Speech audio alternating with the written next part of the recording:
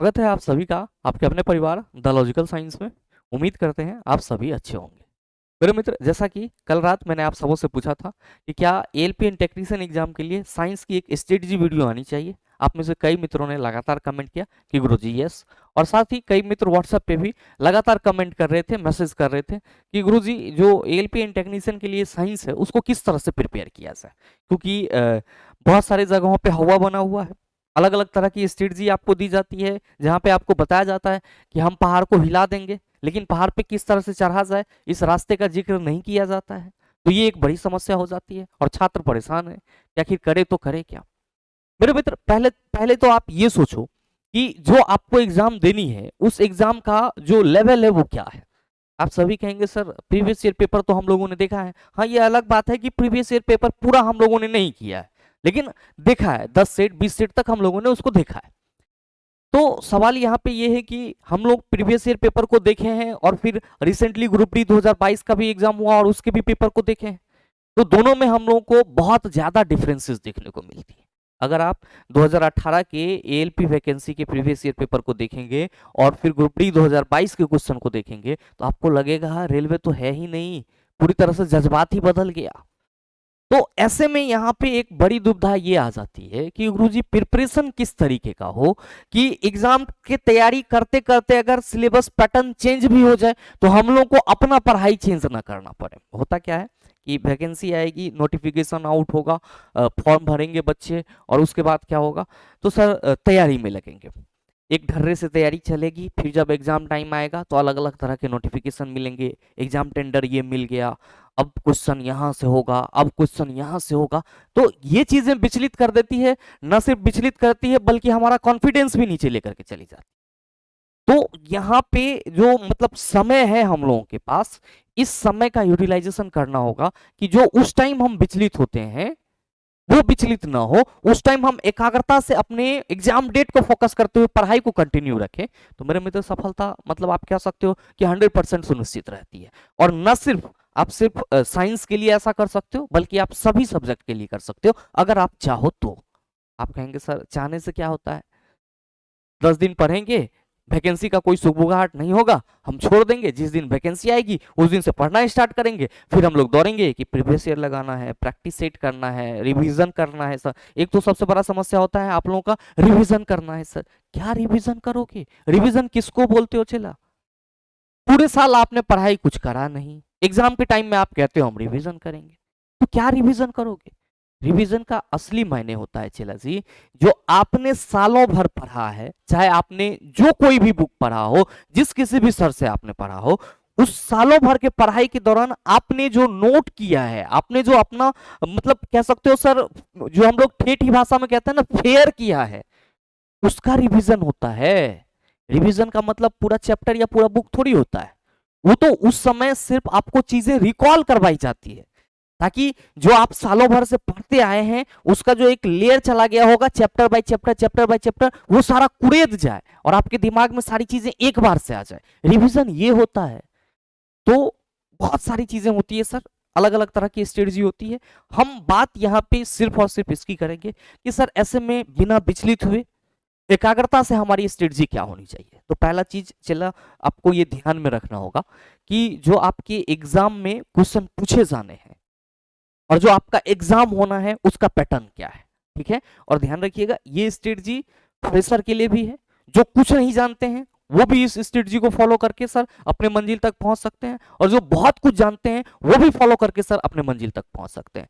मैंने शुरुआत में ही आपको बता दिया कि अभी जो आपको एग्जाम पैटर्न है रेलवे एग्जाम के, वो आप रिसेंटली ग्रुप डी 2022 को देकर के तैयारी करेंगे, आरआरबी जेई 2019 2018 ये ना देखेंगे, और कोई पैटर्न तो आपके पास अवेलेबल है नहीं और ना ही कोई आपका अभी मतलब ऐसा सिलेबस को लेकर के नोटिफिकेशन है। तो ऐसे में तैयारी आपको पूर्णतः एनसीईआरटी पैटर्न के अकॉर्डिंग ही करनी होगी। जैसा कि पिछले रात वाले नोटिफिकेशन में, यानी कि आपका जो 11 दिसंबर को नोटिफिकेशन मिला उसमें जो कहा गया है कि सिलेबस आपका 2015 के अनुरूप ही रहना है, तो वही रहेगा, सारा चीज सेम ही रहेगा। तो आपको ऐसे में एक बार ये कोशिश करनी चाहिए कि जो पैटर्न है वो क्या है, उसके हिसाब से आपको अपने मतलब स्ट्रेटजी को सर मतलब कह सकते हो कि उसका एक मार्ग बनाना चाहिए और उस पर लगातार फॉलो करना चाहिए। और वो सर ऐसा होना चाहिए जिसको आप कर सकते हो। मैं हमेशा से उस स्ट्रेटजी के खिलाफ रहता हूं चला, जिसमें हम आडंबर बना लेंगे कि हम पहाड़ को हिला देंगे, लेकिन पता चला कि 2 दिन भी नहीं चल पाया। तो हम क्यों करें भाई वैसा, हम क्यों करें वैसा? हमें तो ऐसा चीज चाहिए ना जो हम, जिस पे हम धीरे धीरे धीरे धीरे चल के हम बोर भी फील ना करें, कंसेप्ट भी हमारे पास आ जाए और सारी चीजों को हम एकाग्र से अपने माइंड में सेट कर लें, और जब एग्जाम में क्वेश्चन मिले तो फोड़े। आप कहेंगे सर एक बार थोड़ा सा पैटर्न डिस्कस कर लीजिए। पैटर्न मेरे मित्र अगर हम लोग बात करें तो याद रखिएगा कि एएलपी एंड टेक्नीशियन के लिए आपको 2 एग्जाम फेस करने, एक सीबीटी 1 और दूसरा सीबीटी 2, एक सीबीटी 1 और दूसरा सीबीटी 2। अब हम आपको यहाँ पे मोटा मोटी ये इंडिकेट करना चाहते हैं कि सीबीटी 1 जो होगा इसमें 75 क्वेश्चन होगा। अब 75 में से 20 क्वेश्चन आपका साइंस का यहां से होगा, और सीबीटी 2 जो है इसमें 2 पार्ट हैं आपका। सीबीटी 2 में आपका 2 पार्ट है, पार्ट ए और पार्ट बी। पार्ट बी आपका ट्रेड के लिए है 75 क्वेश्चन, इसके लिए हम अलग वीडियो में चर्चा करेंगे। अब इसके लिए भी चला परेशान मत होना, अलग अलग तरह की आपको वीडियोस देखने को मिलेगी। इसमें पास नहीं होगा तो फलना नहीं होगा, चिल्ला नहीं होगा। अगर आप मेरी माने तो, अगर आप थोड़ा सा भी सिंसियर स्टूडेंट हैं, थोड़ा सा भी आपको किताब से लगाव है, तो ये 75 क्वेश्चन का जो किला है इसको भेदना कोई बड़ी बात नहीं है। तो अगर हम पे आपको भरोसा है तो इसके लिए तो आप परेशान मत ही होइएगा, ठीक है। अब बात कर लेते हैं हम लोग पार्ट ए में क्या आएंगे सर। पार्ट ए में आपको 100 क्वेश्चंस पूछे जाएंगे, और 100 क्वेश्चन में आपका जो 40 क्वेश्चन होगा, 100 क्वेश्चन में से जो 40 क्वेश्चन होगा वो आपका बीएसईडी का होगा, यानी कि basic science and engineering drawing. इसी में आपका आईटी लिटरेसी भी होगा, फिर आपका हेल्थ एंड हैजार्ड भी होगा, और इंजीनियरिंग ड्राइंग के पोर्शन भी होंगे, और कुछ बेसिक साइंस के। बेसिकली चला ये जो 40 क्वेश्चन वाला पोर्शन है ना, आप मानो या ना मानो, अगर आप आईटीआई किए हो तो आईटीआई का जो वर्कशॉप कैलकुलेशन आप लोगों ने करा होगा ना, उसमें से आपको मतलब कुछ ऐसे पोर्शन है, चाहे वो आपका सिंपल मशीन का हो, यूनिट एंड मेजरमेंट का हो, स्पीड एंड वेलोसिटी का हो, वर्क एनर्जी एंड पावर का हो, बेसिक इलेक्ट्रिसिटी का हो, तो वो जो आपने वहां पे पढ़ा होगा उसी के मतलब आप कह सकते हो स्टैंडर्ड के हिसाब से ये 40 क्वेश्चन पूछी जाती है, ठीक है। मतलब जो basic science and engineering drawing है उसका लेवल जो है वो आपका वर्कशॉप कैलकुलेशन के आसपास का रहता है। बाद बाकी अगर आप साइंस पे अच्छा कमांड किए हुए हैं तो मेरे ख्याल से वहां पे भी आपको दिक्कत नहीं होती। बात किसकी कर रहे हैं सर? बात कर रहे हैं कि इसको हम पूरा कैसे कर सकते हैं। ध्यान दीजिएगा कि यहां से अगर 20 क्वेश्चन जोड़ा जाए, सीबीटी 1 में साइंस के 20 क्वेश्चन और सीबीटी 2 में ये बेसिक साइंस एंड ईडी के 40 क्वेश्चन, तो मेरे मित्र 60 हो जाते हैं।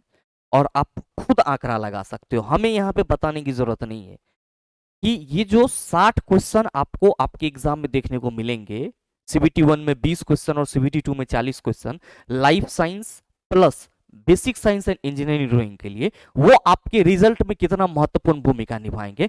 न सिर्फ रिजल्ट में बल्कि आपके मतलब कह सकते हो चयन होने तक कितना महत्वपूर्ण भूमिका निभाएंगे। क्यों सर? अगर आप ठीक ठाक साइंस जान रहे हो तो बाकी के सब्जेक्ट आपका मजबूत है तो आप सर पास कर जाओगे आसानी से। अगर आपका बाकी का सब्जेक्ट भी बहुत अच्छा है और साइंस भी बहुत अच्छा है तो आप अच्छे स्कॉलर रहोगे, आप निश्चित में मतलब कह सकते हो सेफ जोन में रहोगे। और मेरे मित्र अगर कोई आपका सब्जेक्ट कमजोर भी है और साइंस आपका बेहतर है तो वहां पे वो मेकअप कर देगा। तो कहीं ना कहीं अगर साइंस की बात करें तो ये आपके लिए सर रामबाण साबित होगा, न सिर्फ सीबीटी 1 में और बल्कि आपको सीबीटी 2 में भी। ध्यान में रखिएगा हम साइंस पे इतना बल क्यों दे रहे हैं, इसलिए दे रहे हैं कि जो एजुकेशनल क्वालिफिकेशन है चेला वो मैट्रिकुलेशन प्लस आईटीआई है, या फिर आपने डिप्लोमा कर रखा है, या फिर आपके पास बीटेक की डिग्री है स्पेसिफाइड जो उसका ब्रांचेज या कैटेगरी है उसमें। तो मैक्सिमम बच्चे क्या होंगे? साइंस बैकग्राउंड से जुड़े हुए होंगे। कुछ बच्चे ऐसे होंगे जो फिजिक्स केमिस्ट्री बायोलॉजी से +2 किए होंगे। तो कुल मिला के सभी तो साइंस बैकग्राउंड से ही जुड़े हुए हो, लेकिन यहां पे साइंस से संबंधित क्वेश्चन आते हैं तो वहां पे हवा बना लेते हो, मतलब एक तरह से परेशान हो जाते हो कि सर ये तो बहुत भारी चीज पूछ दिया, जबकि कुछ नहीं है। जरूरत क्या है मेरे मित्र? जो आपने अभी तक पढ़ा है अपने एकेडमिक चीजों को, उसको यहाँ पे कुरेदने की, उसको यहाँ पे एक क्रमबद्ध तरीके से देखने की, बस इससे ज्यादा और कुछ नहीं है। और याद रखिएगा ये जो 40 और 20 क्वेश्चन आप देख रहे हैं, ये जो आपके 60 क्वेश्चन होंगे, ये जो 60 क्वेश्चन होंगे चला, इस 60 क्वेश्चन में से तो आप यकीन मानो कि जो 70% क्वेश्चन होगा, 70% क्वेश्चन होगा वो तुमसे बनने वाला होगा, जिसको तुम बना सकते हो। ऐसा नहीं है कि नहीं बनेगा, बना सकते हो। और इसी 70% के लिए आप पूरे पूरे के पूरे सिलेबस पढ़ते हो। बाकी के जो आपका मतलब बाकी के जो 30% हैं इसमें से आपको 10% क्वेश्चन या मान लो 15% क्वेश्चन ऐसे मिलेंगे जो मॉडरेट होंगे और 15% आपको टफ मिलेंगे। तो मेरे मित्र जब 70% के लिए पूरा सिलेबस पढ़ रहे हो तो ई15 और ई15 तक पहुंच नहीं पाओगे। गोली मारो ना सर, 70% बना लिया, इस 15 में थोड़ा सा सोचोगे बनेगा 85%। अब 20 का 85% निकाल लो सीबीटी 1 में, और सर पूरे का पूरे निकाल लो आप 85% कितना होता है। और ध्यान दीजिएगा 85% भी अगर आप सही करके आ रहे हैं ना किसी एक क्वेश्चन में, सही है, निगेटिव नहीं ले रहे हैं, आके कंबल ओढ़ के सूझ जाइएगा, रिजल्ट होबे करेगा, ना होने को कोई गारंटी नहीं है। रेलवे कहां से बच्चा सेलेक्ट करेगा, और जो तैयारी कर रहा होगा वो क्या 100% ले आएगा। लेकिन हम लोग 85% तक भी नहीं पहुंच पाते। क्यों? क्योंकि आदत है, आदत है कि जहां पे बड़ी बड़ी बुक की बातें की जाती होगी, जहां पे बड़ा बड़ा पहाड़ होगा, जहां पे पहाड़ को हिलाने की बात की जा रही होगी, हम लोग उसके पीछे दौड़ते रहेंगे दौड़ते रहेंगे। लास्ट टाइम में पता चला एग्जाम है और रिवीजन कर रहे हैं। अरे भैया पढ़ाई एग्जाम से पहले के पीरियड में होती है, पढ़ाई उस टाइम थोड़ी होती है। उस टाइम तो सिर्फ आप माइंड को सेट करते हो कि हमें एग्जाम देना है। आप कहेंगे गुरुजी फिर इसके लिए हमारे पास तैयारी क्या होनी चाहिए, कैसी होनी चाहिए। मेरे मित्र अगर हम ऑनेस्टली बात करें, अगर हम ऑनेस्टली बात करें तो आपके पास जितना समय है इतना समय में आप पर्याप्त तैयारी कर सकते हो। और ध्यान दीजिएगा एक चीज कि हम यहाँ पे आपको ये नहीं कहेंगे कि आप ये कर लीजिए, पीवाईक्यू कर लीजिए, प्रैक्टिस सेट लगा लीजिए, 100 में 100 आ जाएंगे, नहीं, कतई नहीं कहेंगे। मेरे मित्र यहाँ पे आपको फिजिक्स केमिस्ट्री और बायो, साथ में आपका इन्वायरमेंट कम से कम इतना का थ्योरी तो आपके पास होनी चाहिए। कब तक? जब तक आप सीबीटी 1 दे रहे हो तब तक फिजिक्स केमिस्ट्री बायो और इन्वायरमेंट का थ्योरी आपके पास होना चाहिए। कब तक सर? जब तक आप सीबीटी 1 दे रहे हो, सीबीटी 2 की बात अभी हम नहीं कर रहे। अब मेरे मित्र ये फिजिक्स केमिस्ट्री बायो में आपको जो पढ़ना है वो चीजें क्या है? आप कहेंगे सर हमको भी मालूम है, दो चीजें हैं, एक है थ्योरी और दूसरा है न्यूमेरिकल। एक है थ्योरी और दूसरा है आपका न्यूमेरिकल, ठीक है, ये दो चीजें हैं। अब आप कहेंगे सर हम पढ़ रहे हैं इसको, बहुत सही है, आप जहां से भी पढ़ रहे हो, जिस किसी भी सोर्स के माध्यम से कर रहे हो, थ्योरी और न्यूमेरिकल ये आपका कंप्लीट होना चाहिए। जरूरी नहीं है कि आप हमसे पढ़ो, आपको जहां से भी अच्छा लग रहा है, जहां से भी आप सटीक चीजें समझ पा रहे हो, आप वहां से थ्योरी और न्यूमेरिकल को कंप्लीट करो। सर ये तो होना ही चाहिए। न्यूमेरिकल आपको सिर्फ और सिर्फ फिजिक्स और केमिस्ट्री के देखने को मिलेंगे, न्यूमेरिकल फिजिक्स और केमिस्ट्री के देखने को मिलेंगे।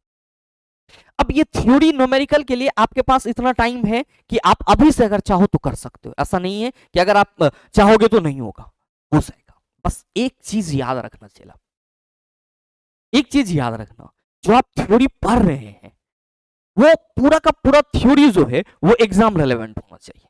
मतलब जो पॉइंट आपके कॉपी में लिखाई जा रही है, जो चीजें आपके बोर्ड पे लिखी जा रही है, वो एग्जाम रेलेवेंट होना चाहिए। और याद रखिएगा कि जो आप थ्योरी पढ़ेंगे वो पूरा का पूरा जो है वो एनसीईआरटी पैटर्न होना चाहिए, पूरा का पूरा एनसीईआरटी पैटर्न होना चाहिए। एनसीईआरटी के अलावे आप रेफरेंस बुक की मदद ले सकते हैं, जैसे कि आपके पास बहुत सारे बुक अवेलेबल है, लुसेंट है, दृष्टि आईएएस का वो क्विक रिवीजन का बुक है, बहुत सारी बुक हैं, आप ले सकते हैं। लेकिन जहां से भी आप सोर्स से पढ़ रहे हैं एनसीईआरटी पैटर्न पे पढ़िए। हम ये नहीं कह रहे हैं कि आप एनसीईआरटी बुक पढ़िए, एनसीईआरटी पैटर्न पे जरूर पढ़िए सर, एनसीईआरटी पैटर्न पे थ्योरी और न्यूमेरिकल जरूर कीजिए, ठीक है। जब आपको लग रहा है कि सर ये हमारा चीज क्लियर है, दो चीजें हो सकती है, जो बच्चे पहले से तैयारी कर रहे हैं उनका तो हो गया होगा पूरी तरह से क्लियर, या जो बच्चे तैयारी कर रहे होंगे उनका 2 सब्जेक्ट हुआ होगा, तीसरा सब्जेक्ट होने वाला होगा। बहुत सारे ऐसे बच्चे होंगे और बहुत सारे ऐसे होंगे जिन्होंने कुछ सोचा ही नहीं होगा। तो जिन्होंने कुछ सोचा नहीं है वो एक बार इसको जरूर कंप्लीट करे, और जिनका हो गया है सर बहुत अच्छी बात है, बहुत बढ़िया बात है। अब ध्यान दीजिएगा कि जब आप थ्योरी और न्यूमेरिकल दोनों एनसीईआरटी पैटर्न के अकॉर्डिंग कर लेते हैं, तब आपको जरूरत क्या है? जरूरत है सर आपको पीवाईक्यू का वार्म अप करने की। हम ये नहीं कह रहे हैं कि आपको इसको पढ़ना है, हम ये नहीं कह रहे हैं कि आपको इसको पढ़ना है, क्योंकि प्रीवियस ईयर क्वेश्चन 1 साल से तो यही कर रहे हैं हम लोग, हर जगह घूम घूम के क्या कर रहे हैं, अपडेटेड क्वेश्चन के नाम पे प्रीवियस ईयर क्वेश्चन कर रहे हैं। चाहे वो ग्रुप डी 2000 बात करवा है, लेकिन सच है, ठीक है। तो मतलब चाहे हम ग्रुप डी 2022 का देखें या फिर एएलपी 2018 का देखें, पीवाईक्यू तो हम कर रहे हैं, प्रीवियस ईयर क्वेश्चन तो कर ही रहे हैं, और क्या कर रहे हैं। तो आप कहेंगे सर आप फिर से कह रहे हैं एएलपी का वार्म अप करने, इसलिए कह रहे हैं चिला कि 2018 का क्वेश्चन का आपको सिर्फ करना है एएलपी एग्जाम का। ये जो पीवाईक्यू वार्म अप हम कह रहे हैं, इसमें सिर्फ आप 2018 के एएलपी एग्जाम का कीजिए, और किसी एग्जाम का मत कीजिए। एएलपी 2018 का पूरा वार्म अप कर जाइए सर। अभी जो आपको मतलब मान के चलिए ना दिसंबर, पूरे दिसंबर तक आप, या आप जनवरी का भी 5-10 दिन लेते हैं तो ले लीजिए, लेकिन एएलपी 2018 के जो क्वेश्चन हैं साइंस के, उसका आप वार्म अप के तौर पे, जैसे मैथ से पहले सर वार्म अप होती है ना, वार्म अप करके आप उसको खत्म कर दीजिए। आप कहेंगे खत्म कर देंगे और क्या आगे करेंगे?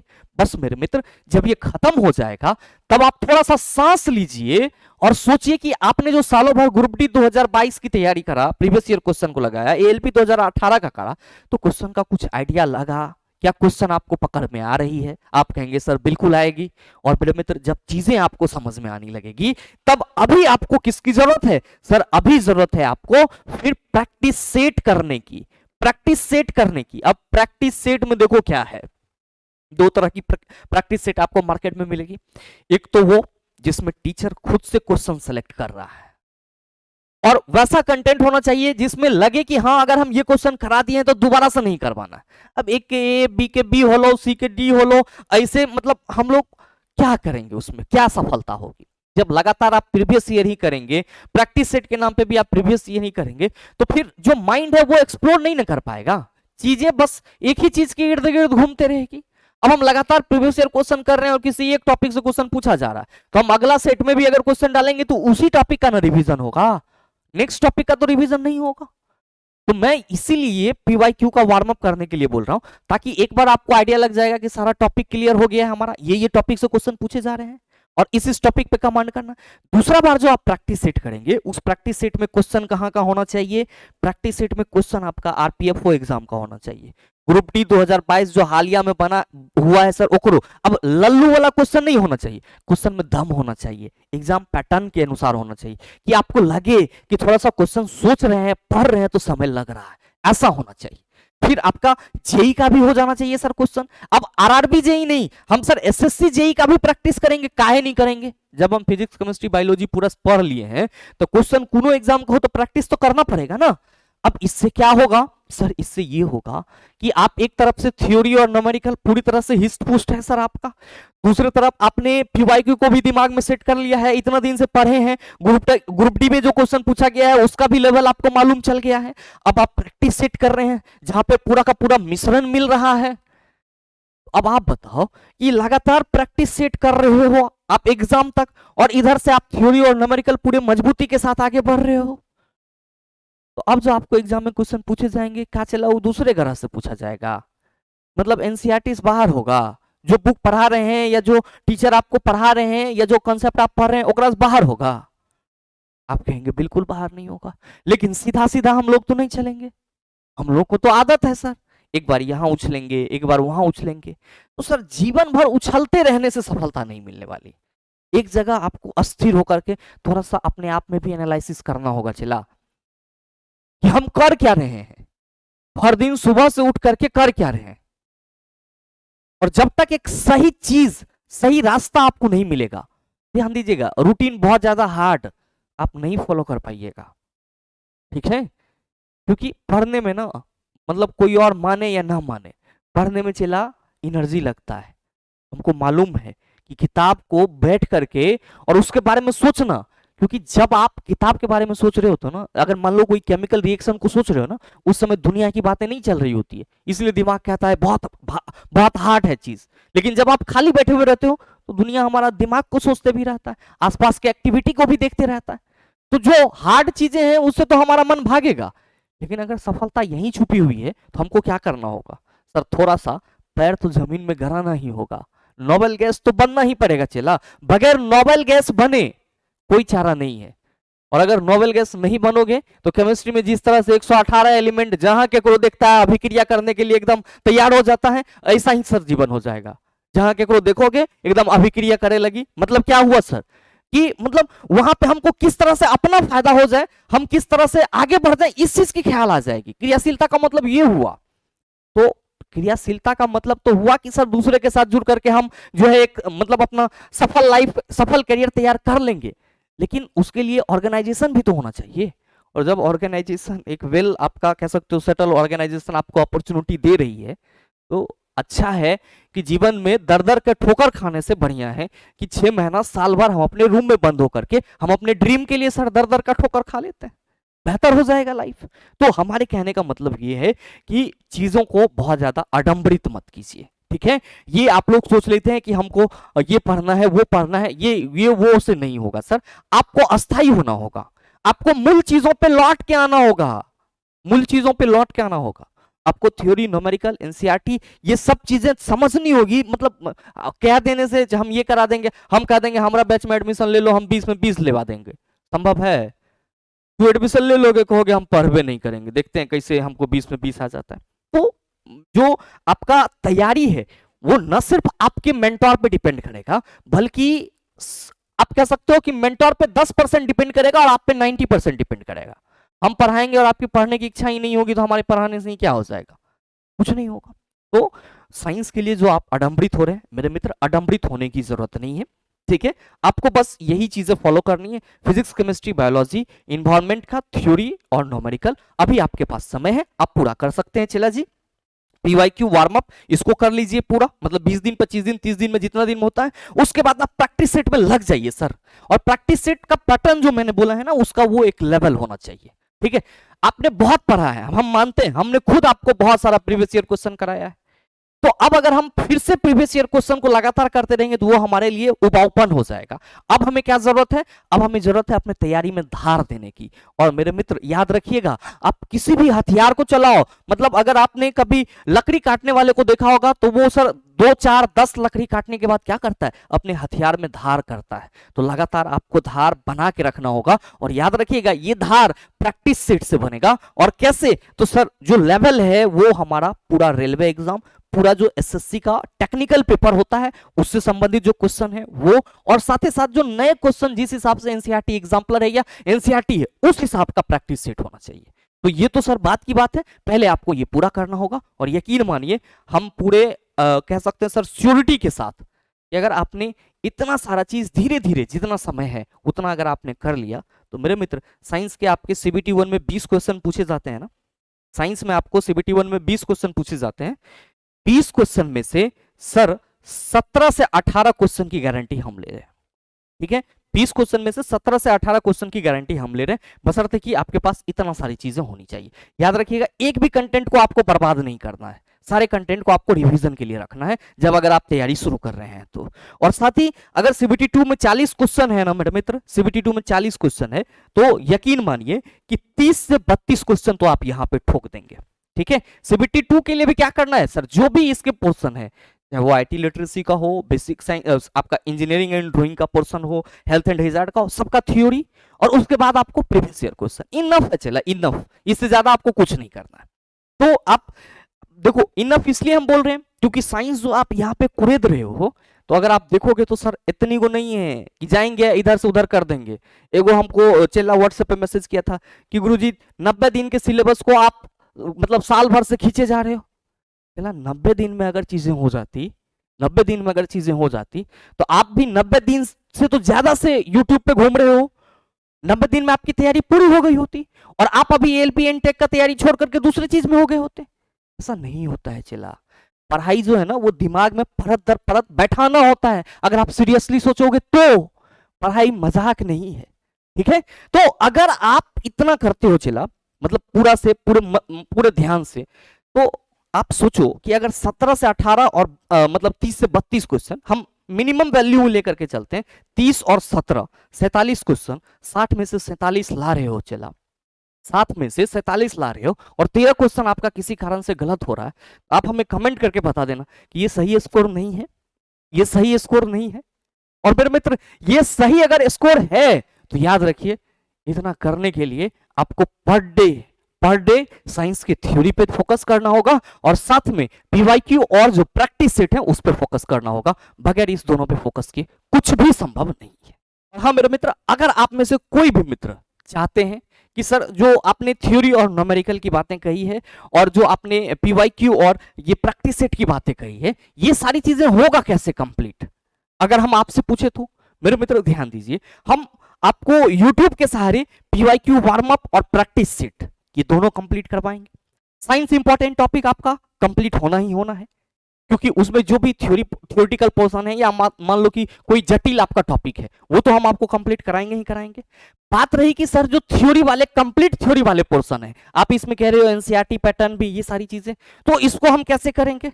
तो मेरे मित्र अगर आप सभी चाहते हैं कि हम आपके साथ जुड़ करके तैयारी करें, अब बहुत सारे मित्र कहेंगे कि गुरुजी आप भी कोर्स का प्रचार कर रहे हैं, फलना कर रहे हैं, चिलना कर रहे हैं, हमको मालूम है, क्योंकि 2 4 10 मित्र ऐसे होते हैं जो कमेंट करते हैं। तो मेरे मित्र एक चीज आप हमें बताओ कि अगर हम ये काम कर रहे हैं तो हम जहां पे पढ़ा रहे हैं वो बात आपके पास शेयर नहीं कर रहे हैं कि हम यहाँ पे क्या कर रहे हैं और किस लिए कर रहे हैं। और जब हमारा काम ही यही है तो क्या हम यहाँ पे अपने कोर्स के बारे में प्रचार करके गलत कर रहे हैं क्या। तो आप ये खुद सोच लेना और कमेंट कर देना कि गलत है या सही है, ठीक है। तो ये हम इस पे नहीं जाएंगे, क्योंकि 2 4 मित्रों का ऐसा कमेंट रहता है और वीडियो अपलोड हो जाने के बाद हम उसको कुछ बोल नहीं पाते हैं, और या फिर हमें कमेंट में जवाब देना अच्छा नहीं लगता है कि क्या मतलब वहां पे जवाब दें। तो हम एक चीज कह रहे हैं कि जो होता है सर वो हर किसी का काम होता है, हमारा ये काम है, हम कर रहे हैं, आप मेरे से अच्छे से समझ रहे हो, आपको लग रहा है कि नहीं सर की पढ़ाई हमें समझ में आ रही है, तो हम आपको कह रहे हैं कि यहाँ पे एक चीज है, आप वहां पे जाकर के देख सकते हो, आपको अच्छा लगे तो आप अपनी तैयारी को संपूर्ण कर सकते हो। बस हमारा मकसद यही होता है। बाकी बहुत सारे मित्र आप ही में से कमेंट करते हैं, व्हाट्सएप पे मैसेज करते हैं कि गुरुजी फलाना कोर्स जो है इतने में मिल रहा था, अभी हम लोग को ज्यादा लग रहा है, तो हमें ऑफर लाना पड़ता है। और चूंकि बहुत सारे मित्रों ने व्हाट्सएप पे ये मैसेज कर रखा है, अभी भी मैं अगर व्हाट्सएप खोलूंगा तो वहां पे दिख जाएंगे कि सर आपका जो एएलपीएन टेक्नीशियन का बैच है उसमें आपको ऑफर उसमें आपने कभी 349 में एडमिशन लिया था, अभी सर उसका प्राइस बढ़ा हुआ है। तो मेरे मित्र परेशान मत होइएगा। अगर आप में से कोई भी मित्र जो चाह रहे हैं कि नहीं हम आपके साथ सर जुड़ करके तैयारी करना चाहते हैं और आपके हिसाब से ये थ्योरी न्यूमेरिकल और साथ में जो पीवाईक्यू प्रैक्टिस सेट है, ये पीवाईक्यू प्रैक्टिस सेट साथ में इंपॉर्टेंट टॉपिक सारी चीजें यूट्यूब पे होगी, बशर्ते कि थ्योरी का पोर्शन चला थोड़ा सा लंबा होता है, फिजिक्स है, केमिस्ट्री है, बायो है, उसका अलग अलग पोर्शन होता है, पीडीएफ है, उसमें फिर आपको पीवाईक्यूज का एक्स्ट्रा एक मतलब कह सकते हो ई बुक टाइप से रहता है ताकि आप एक बार निकलवा सको। तो ये सारी चीजें अरेंज करनी पड़ती है और एक सिस्टमेटिक तरीके से होगा तो उसका कुछ ना कुछ तो फीस जमा करना होगा, चार्ज कुछ ना कुछ लगेगा ही, और ये जो सर्विस प्रोवाइड करती है वो भी चार्ज लेगी। तो मेरे मित्र अगर आप सभी 12 से लेकर के 15 दिसंबर तक आपको ऐसा लग रहा है, मैं फिर से कह रहा हूं कोई प्रेशर नहीं है, कोई दबाव नहीं है, अगर आपको ऐसा लग रहा है कि आप हमारे साथ जुड़ करके अपनी तैयारी को आगे बढ़ाना चाहते हैं तो जुड़ सकते हैं हमारे साथ। सर 12 से यानी कि आज से लेकर के 15 दिसंबर तक जो अपना एएलपीएन टेक्नीशियन कॉम्बो बैच है उसमें आप 349 में, ठीक है। बहुत सारे मित्र कह रहे थे कि गुरुजी आपका ये बैच पहले 349 में मिल रहा था, अभी इसका प्राइस बढ़ गया है, तो आपने लगातार ये भी कहा कि गुरुजी थोड़ा सा कम कर दो, अब वैकेंसी आ गई, हम लोग तैयारी कर लेंगे।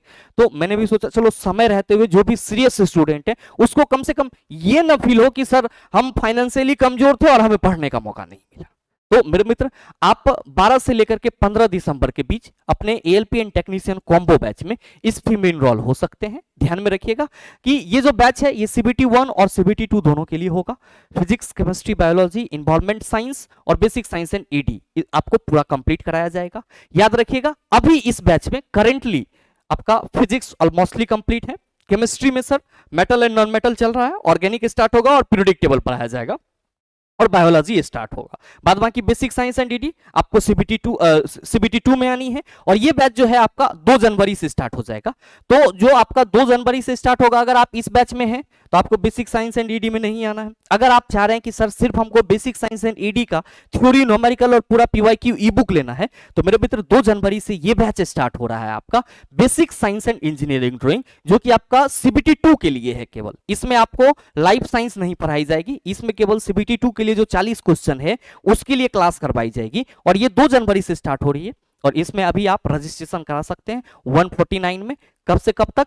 तो सर 12 से लेकर के 15 दिसंबर तक। और बाकी जो आपका एएलपीएन टेक्नीशियन कॉम्बो बैच है CBT 1 और CBT 2 का, जिसमें लाइफ साइंस और basic science and engineering drawing दोनों करवाया जाएगा, जिसमें आपको रिकॉर्डेड क्लासेस मिलेगी, theory, numerical, chapter wise PDF, PYQ ई बुक। और ध्यान रखिएगा एग्जाम के टाइम में हम इसमें एनसीईआरटी क्लास 9th और 10th, एनसीईआरटी 9th और 10th का जो योगदान बैच का हमारा क्लासेज है सर, जिसमें हमने एनसीईआरटी को लाइन बाय लाइन पढ़ाया है सर, उसका पीडीएफ और साथ में जो सर वीडियो लेक्चर है वो प्रोवाइड कर देंगे ताकि आपका रिवीजन सही तरीके से हो पाए। तो अभी 12 से 15 दिसंबर के बीच में आप इस कॉम्बो बैच में 349 में आ सकते हैं। अगर आपको मन है कि नहीं सर हमें सिर्फ बेसिक साइंस एंड ईडी पढ़ना है, तो बेसिक साइंस एंड ईडी में सर आप अभी 12 से 15 दिसंबर के बीच में 149 में आराम से इनरोल हो सकते हैं। ध्यान रखिएगा, अगर आपको इस कोर्स से संबंधित किसी भी तरह की जानकारी चाहिए तो यहाँ पे नंबर दिया हुआ है, आप इस नंबर पे कॉल या व्हाट्सएप करके सारी जानकारी प्राप्त कर सकते हैं। बहरहाल उम्मीद करते हैं कि आप आज के इस स्ट्रेटजी को समझ पाए होंगे और कहीं ना कहीं आपको लगा होगा कि ये जो स्ट्रेटजी है इसको फॉलो किया जा सकता है। ध्यान रखिएगा, ये कोर्स अगर आपको इच्छा हो कि सर हमें 0 लेवल से तैयारी करनी है तो आपके लिए है। अगर आपका पूरी तरह से सारा चीज पढ़ा हुआ है, रिवीजन किया हुआ है, तो आप कोर्स में मत आइए, आप पीवाईक्यू वार्म अप कीजिए, आप प्रैक्टिस सेट कीजिए, जो चीजें चलेगी, जो कॉम्प्लेक्स टॉपिक के आपके वीडियोस यूट्यूब पे मिलेंगे उसको कीजिए। 100% श्योर रहिए चिला जी आपकी रिजल्ट होगी। तो उम्मीद करते हैं सारी बातों को आप समझ पाए होंगे। साथ ही उम्मीद करते हैं ये वीडियो आप सबों को अच्छा लगा होगा। अगर आपको अच्छा लगा तो वीडियो को लाइक कीजिएगा, ज़्यादा से ज़्यादा शेयर कीजिएगा, और हाँ अगर आप चैनल पर नए हैं तो सब्सक्राइब करके बेल आइकन दबा लीजिएगा ताकि इस तरह के एग्जाम रेलेवेंट वीडियो का नोटिफिकेशन सबसे पहले आपके पास पहुंचे और आप उसको सबसे पहले देख पाओ। मिलते हैं फिर अगले वीडियो सीजन में, तब तक के लिए best of luck. Thank you, have a nice day.